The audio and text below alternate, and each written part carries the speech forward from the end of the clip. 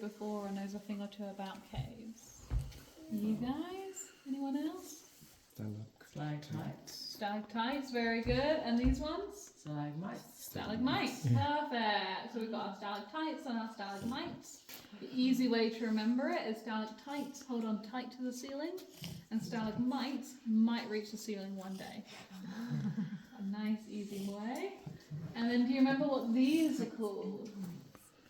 I read about it. Those are the ones that are like straws. Right? Yeah, exactly. They're called straws. Oh. So they are 1 to 3 millimeters thick, and they are hollow on the inside, exactly like a drinking straw. And then, final one, do you remember what this one is called? The big patty. Oh no, the one down there. This one here. Oh, that's a column. Column, very good. So a column is where a stalactite and a stalagmite grow so large they join together and create one crystal. Now all the crystal you see here today is calcite crystal, and it's all formed in a very simple way. The rain falls on the forest floor, it becomes slightly acidic.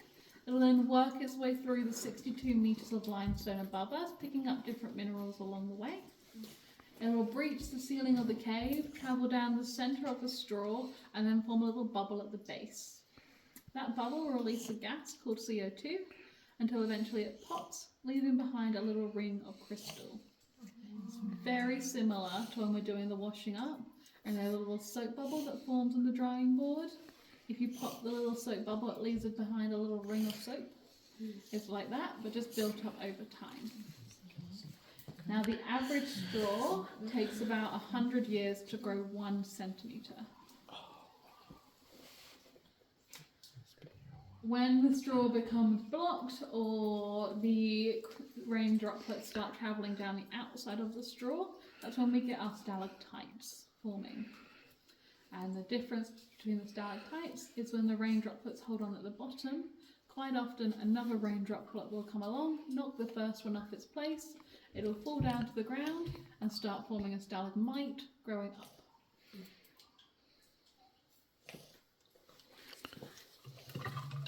Okay, we're going to move on to the next platform. It's just down this way.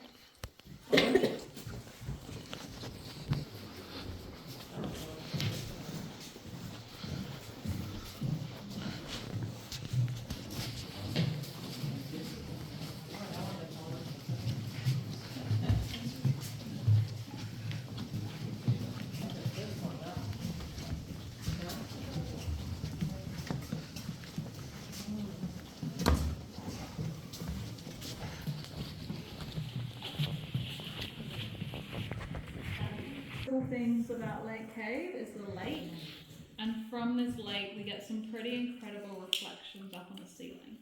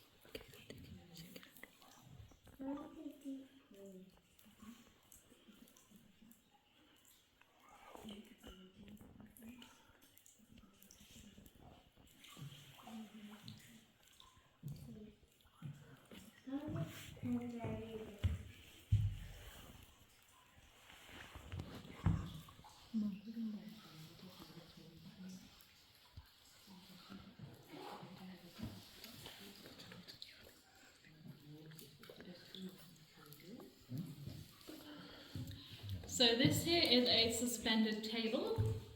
We've got our 2 columns here and here that form the legs, and we've got some flowstone at the bottom here.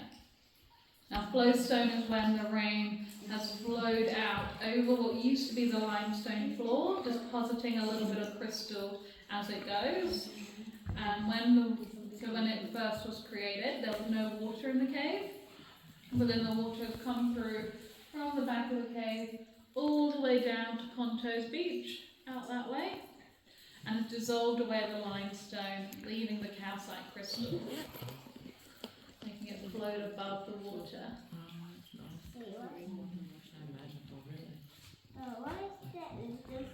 So this whole crystal structure weighs about 5.3 tons. And there's an awful lot of weight to be holding up the top, just from these 2 points. Do they think that it'll break off one day? No, it shouldn't, not unless someone tampers with it. Or if there's an earthquake.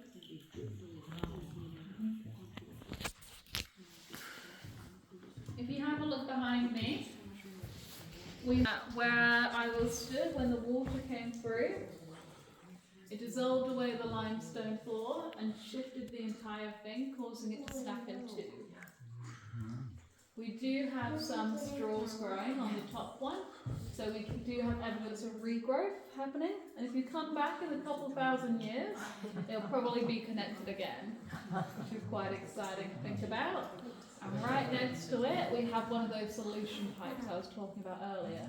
So a tree root would have come down through this hole in search of water, and then died and left behind the hole. So does water pour through that? Not really, because quite often the pipes aren't straight, and so that helps the water. Cool things we get to do down here in the cave is we get to look at the crystals and see what we think they look like. We use our imagination. So what do we think this one looks like? Dragon. Yeah. A dragon? That's what I thought of. Definitely. Very good. So we call this one our little cave dragon. He's got his face here, his horn, his wing over here, his skinny leg. He doesn't climb stairs very often. Look like He hangs out here and makes sure we're all doing the right thing. Over here, some people like to say this looks like the Sphinx or Chewbacca from Star Wars. Depends what you think. Bluey? Maybe. Bluey seems like a shape. Bluey. Okay, we're going to make our way up to the next platform. Now there is a slight bend and curve in the boardwalk, so make sure we follow the boardwalk round to the left, don't keep walking straight. Okay.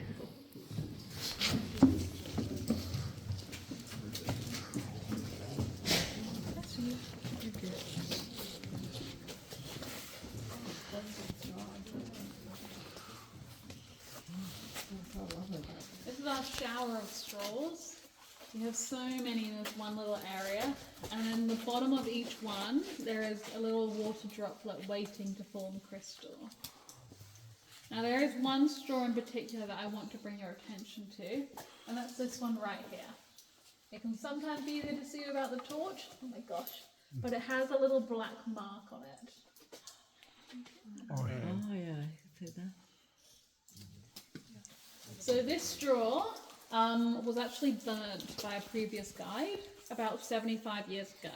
So they were doing their tours by candlelight, and he got a little bit too close to that one when showing everyone the shower of straws and burnt the end, left behind a bunch of soot on it. We didn't want to remove the soot because it might damage the straw, and so we left it there, and thankfully it hasn't impacted the straw's growth in any way. And it's actually given us a really good marker as to how fast things in Lake Cave are growing. So do you guys remember how long I said it takes the average straw to grow 1 centimetre? 100 years. 100 years, very good. Yeah, so this one, in about 75 years, has grown around 3 centimetres, which is quite incredible to think of. Things in Lake Cave are moving incredibly fast in cave terms. We also have our stalactite here, which is our super duper stalactite. It drops at around 40 drops per minute. And it always drops into this one little area here. Yeah. And so because it always drops there, it's created a little divot. And the divot has allowed the water to splash out in random directions, creating some ribbed flowstone here.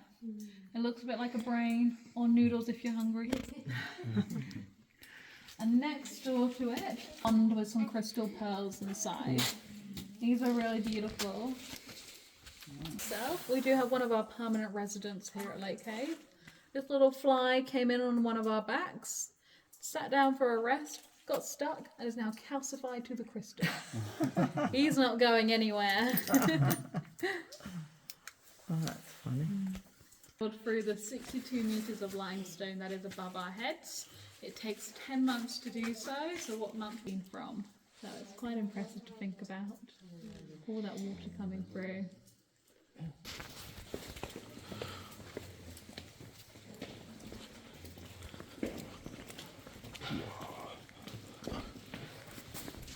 Okay, looking out to the left, we have some straws and stalactites here.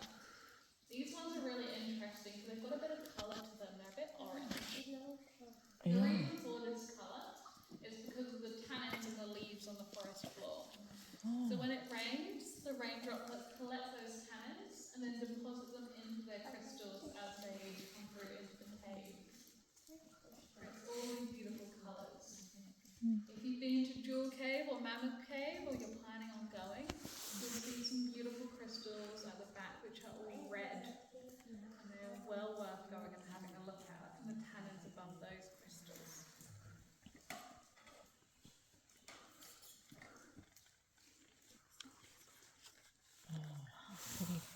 With this lighting, you can really see how the suspended cave was floating above the water here.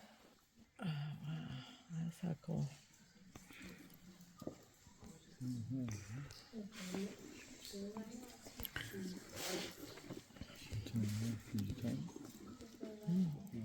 It's gorgeous, isn't it? Hopefully this lighting will help. Yeah, it looks more like a dragon. What do even. dragons do? What are they known for? Breathing fire, exactly. Oh, yeah, look at that. Wow.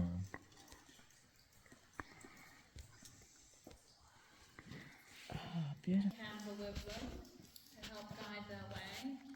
Inevitably, this candle would have gone out at certain points. It would have got knocked over, it would have got dripped on, something would have happened. When this happens, they're plunged into what we call cave darkness. Are we all ready to experience that same cave darkness? Yes. Yeah? Super. So, it is going to be dark for around 30 seconds. If you're not a big fan of the dark, you can look in straight ahead and you'll see a little glimmer of You gotta light. put your camera away. That little glimmer of light is the tunnel that we came through to get into the cave. I normally catch it out of the corner of my eye and not straight on. It's really strange like that. But you can see that light.